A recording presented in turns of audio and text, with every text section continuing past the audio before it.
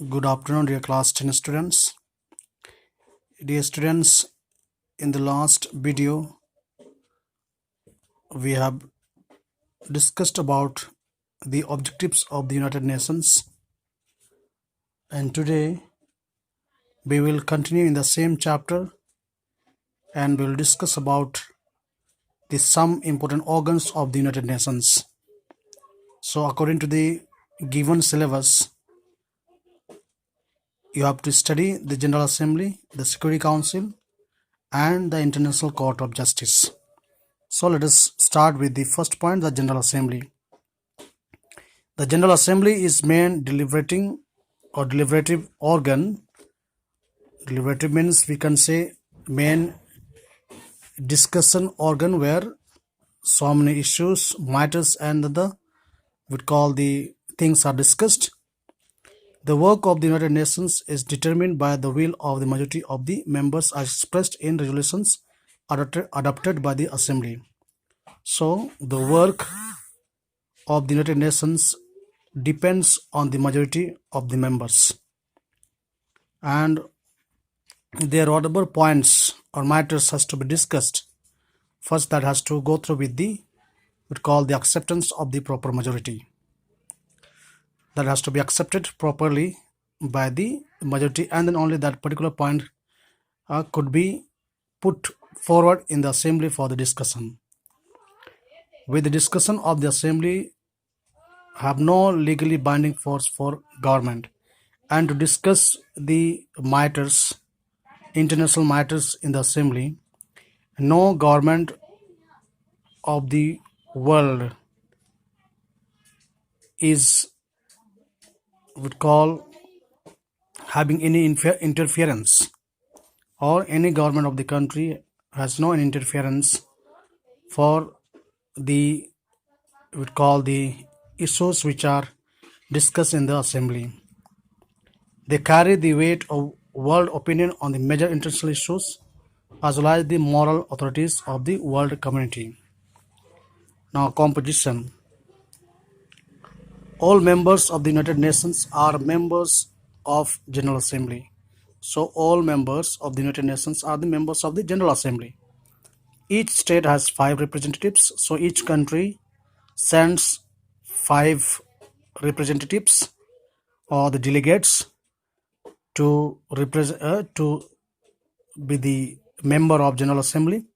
But each state has 1 vote. But each country, whenever there will be a vote in General Assembly, then each state or the country gives only 1 vote among the 5 members.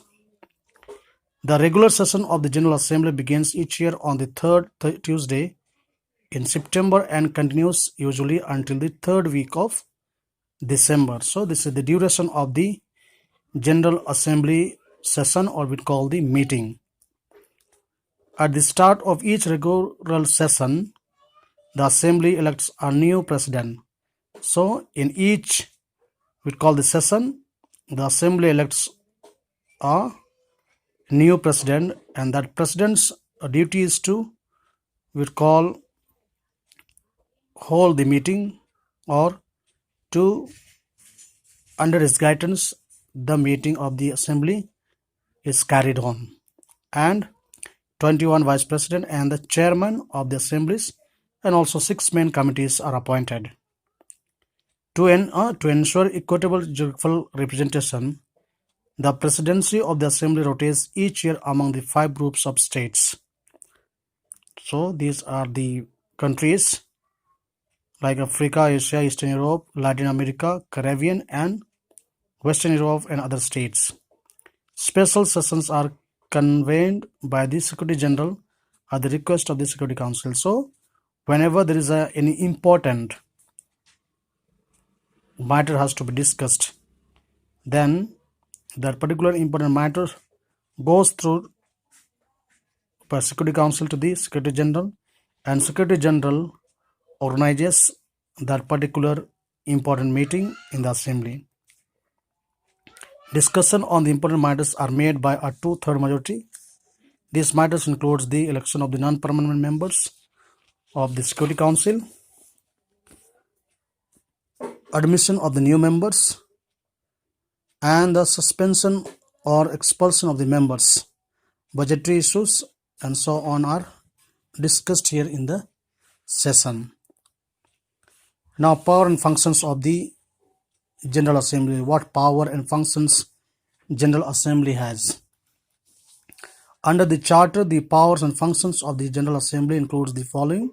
So, dear students, I'll be not reading all the lines, but I'll be dealing with some important lines of each point.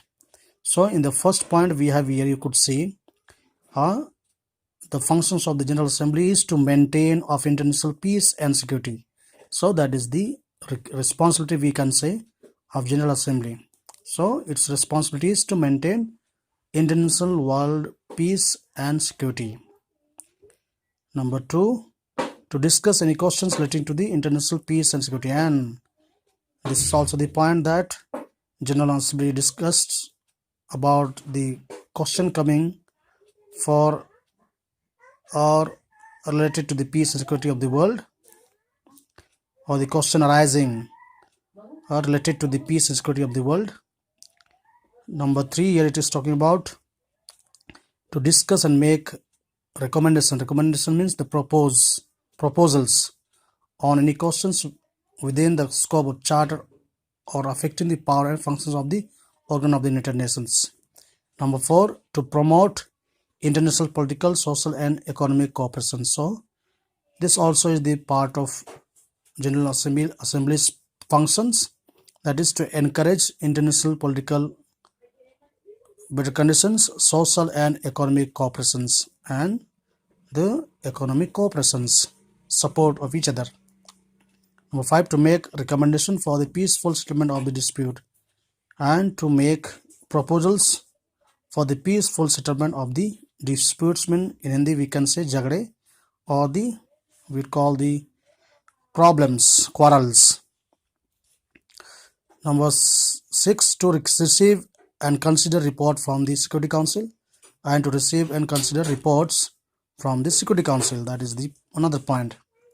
And 7 point, to consider and approve the budget of the United Nations and to consider and accept the budget of the United Nations.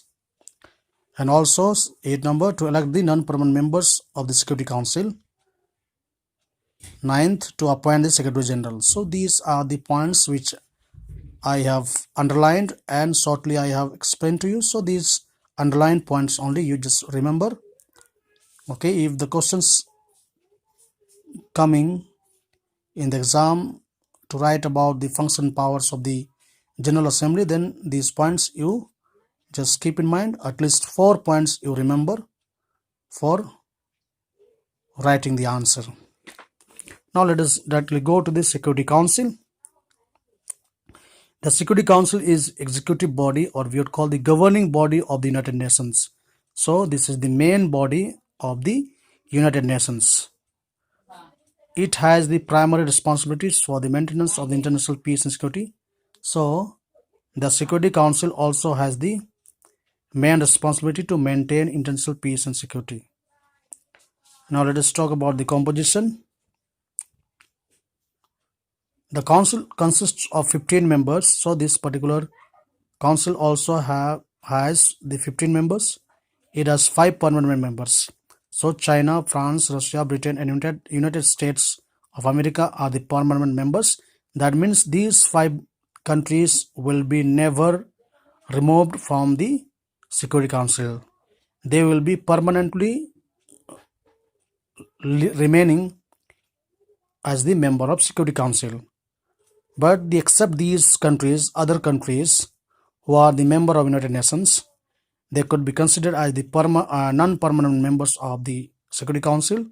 So here we have the regional representations of the 10 non-permanent members is African countries, Latin American countries, West European and other countries, East European countries.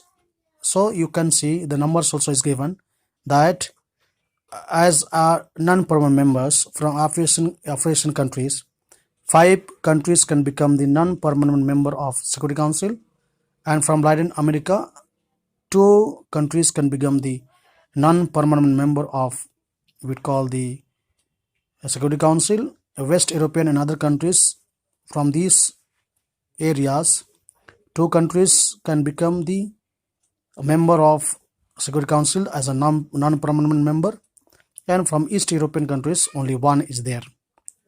The 10 non-permanent members are elected by the General Assembly by two-third majority. So this election of the 10 non-permanent members is done in the General Assembly by the two-third majority for the term of 2 years. The retiring members is not eligible for immediate re-election, and the retired member he cannot be re-elected. Once again, the presidency of the council rotates monthly according to the English alphabetical listing of its member state. So alphabetically, the president of the security councils are appointed for the each meeting. So it is not that only the permanent members become the president or the leaders to host the meeting, but the non-permanent members also are given the chance to we call the guide the meeting of security council, to lead the security the meeting of the security council.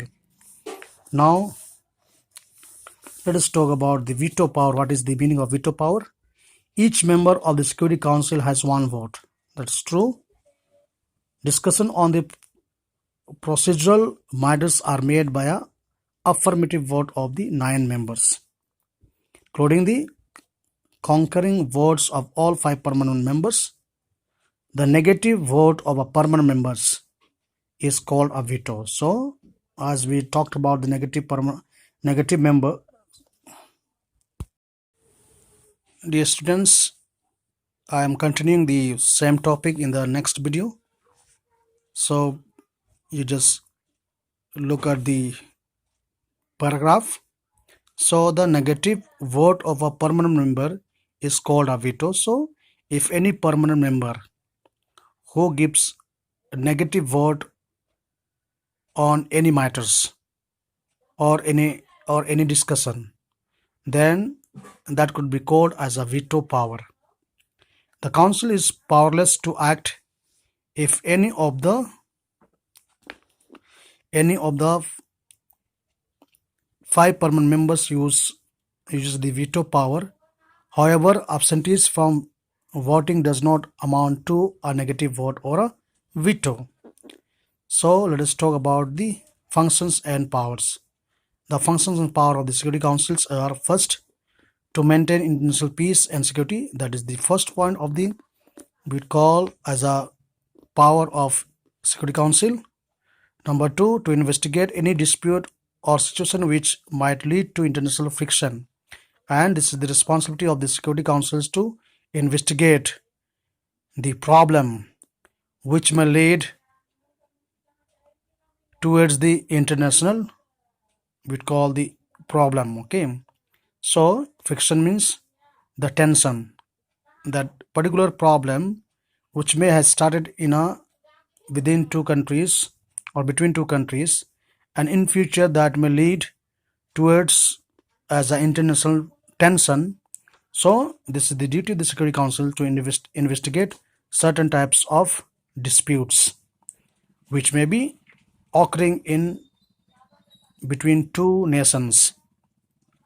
Number 3, to recommend methods of adjusting such disputes or this term of settlement. And security council proposes certain methods to settle the certain problems or the disputes between the nations or the problem where it is occurring. Now number 4, to formulate plans for the establishment of system to regulate armament, and it promulgates plan for the establishment of system to regulate armaments. Number 5, to determine the existence of the threat to peace or act of aggressions, and to recommend what actions should be taken. And if any country who is time to time creating any problem for breaking the world peace, or due to that particular country the peace of the world is in danger, then the Security Council may take proper action against that particular nation who is creating problem.